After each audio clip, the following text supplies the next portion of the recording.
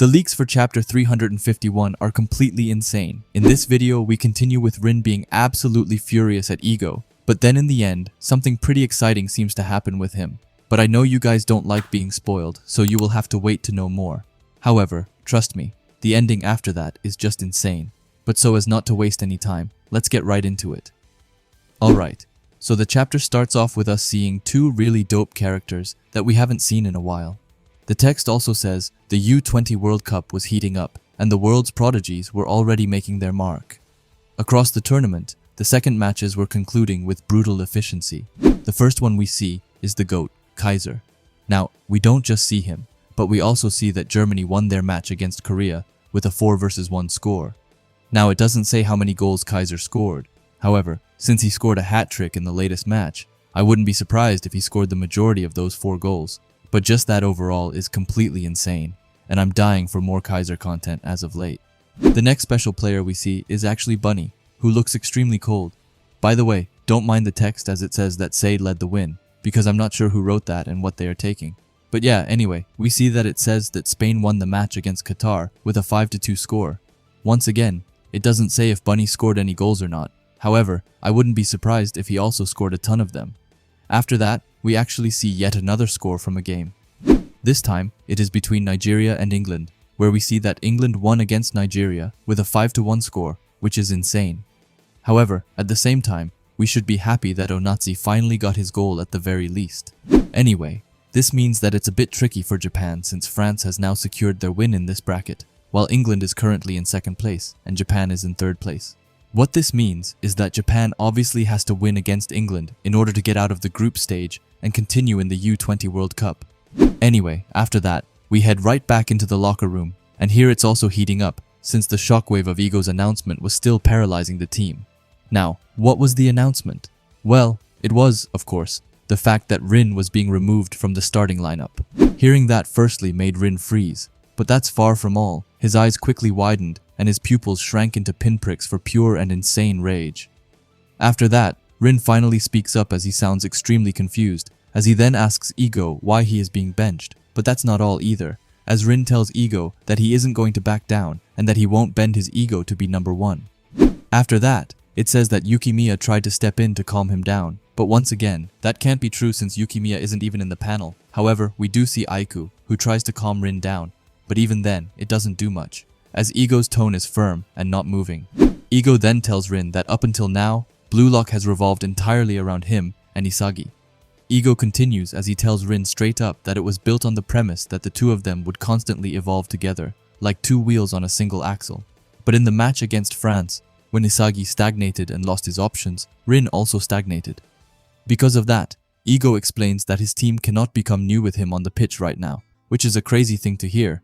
However, if you thought that our bowl cut manager was done, then I have some news, as Ego adjusts his glasses a bit by pushing them up as he tells Rin that right now, his ego is being dictated by Isagi's ego, saying that it's been proven that his game nature is fragile, and because of that, he should take another look and see if an ego like that is truly worthy of the world's best striker. But hearing that would, well, honestly, destroy most of us, and it sure did that to Rin as he then turned his back towards Ego and just started to walk out. He started to mutter and almost whisper to himself as he told them all to, well, off themselves to put it nicely. And just that overall left all of them, but also Isagi, completely silenced.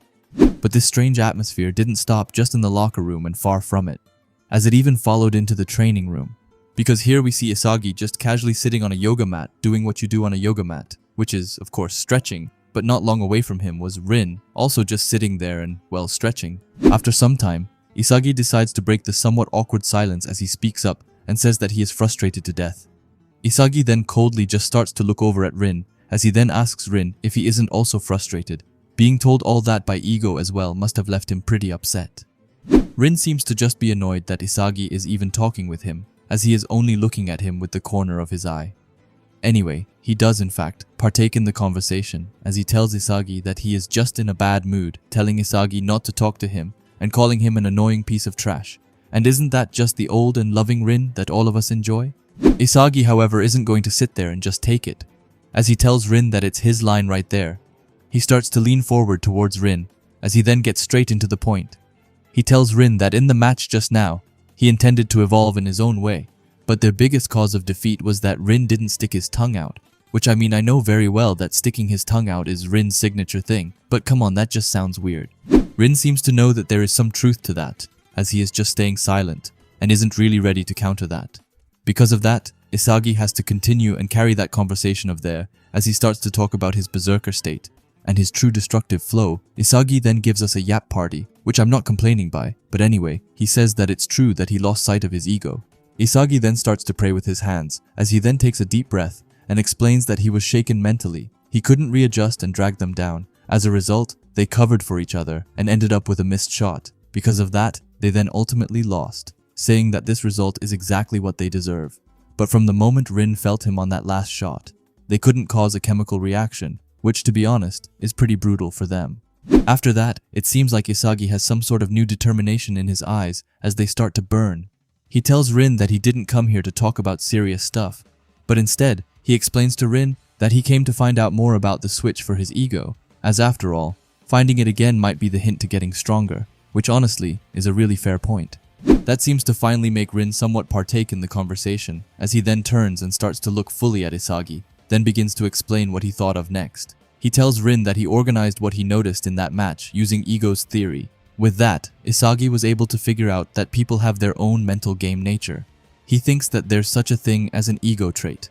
Hearing that actually seems to leave Rin a bit interested, as he seems curious what Isagi means by ego trait. Isagi then starts to nod at Rin as he tells him that, for example, even if you have the talent of a number 2 player, if your game nature is built on beating the number 1 guy, then your ego trait is a rebel. If you want to destroy everything by betting your life, then you are a destroyer.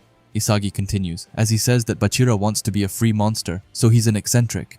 Everyone lives their ego's game separately, but a chemical reaction happens when you link those egos together to create magic that one person can't do alone. Isagi then starts to lean in, and his aura starts to shift to something far darker and more intense. With that, he tells Rin that he came to tell him this because he wants to cause a new chemical reaction with him, as their chemical reactions are the best. Anyway, he explains that he hasn't figured out the exact play yet, but the fact that he came straight to him to give him a hint instead of cutting ties means he is not a rebel.